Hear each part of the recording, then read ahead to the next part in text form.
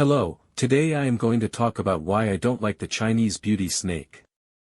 The Chinese beauty snake, also known as Elaphe taeniura, is an exotic species of snake that was introduced in Belgium around 15 years ago.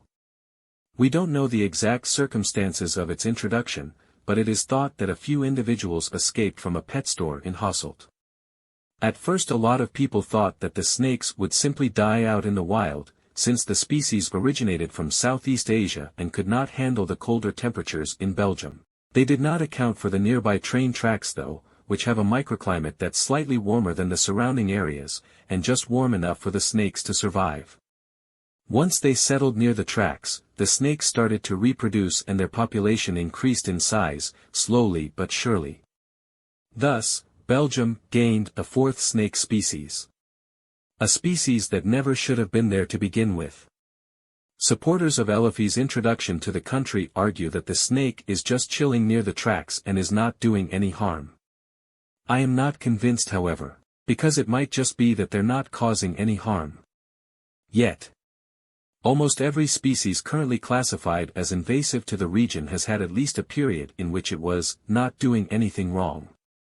Nature is not constant however, and this new type of snake that's just chilling right now may cause ecological harm in the future.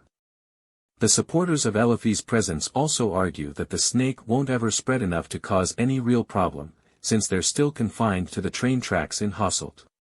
Anywhere else is simply too cold, so the snakes would never go there. Or would they?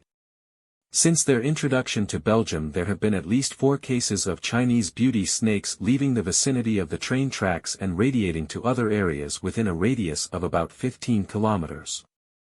This usually happened during warmer periods of the year. Until now this has not been a problem, since the snakes would usually die before they were able to reproduce, due to the fact that it would quickly become too cold again. Life, however, finds a way. And it's not impossible for a few snakes to create offspring that are able to withstand the cold just long enough to reproduce further away from the train tracks. That could be problematic. A foreign predator being introduced to more and more areas and making offspring is never ideal, but still, people keep advocating for their existence in Belgium, because according to some, we don't know if the snakes will cause any harm.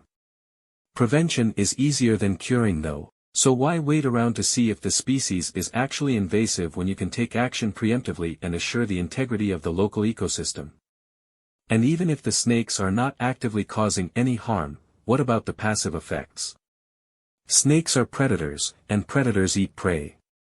The Chinese beauty snake primarily eats small rodents, like rats and mice, but it also eats birds or other small reptiles on occasion.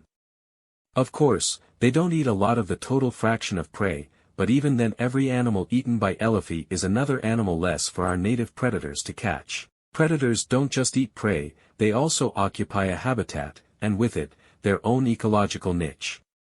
Some may argue that the Chinese beauty snakes occupy a previously empty niche, but is this really true? In short, yes. There were no other species living in the area when the snakes arrived. But there could have been in the future. Podarcis moralis, also known as the common wall lizard is, at least in my belief, one such animal. The lizards are pretty rare in Belgium, and are facing a problem many humans are also familiar with. This problem is known as a housing crisis, or to put it in more biological terms, lack of habitats. This means that existing populations of common wall lizards have a hard time to expand. There are simply not enough suitable habitats for them. What is their preferred habitat, you may ask? Warm, rocky places. And what are train tracks? Warm, rocky places. This means that a potentially suitable place for the common wall lizards to expand to has been taken over by an exotic species that has no business being there.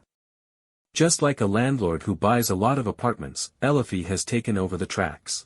And just like a single mother who cannot afford rent, the common wall lizards have no place to move into.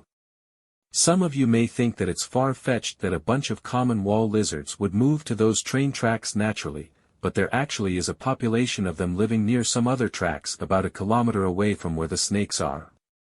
This is not a big distance for the lizards to move, but just by existing, the Chinese beauty snake has already played a part in jeopardizing the success of these severely endangered native lizards. One can imagine that if the snake's area of living increases, they might clash with the lizard's territory.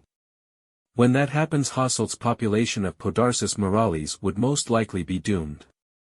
I hope that this video helped you all to understand this extremely specific problem a bit more, and if you are interested in this kind of content, feel free to like and subscribe.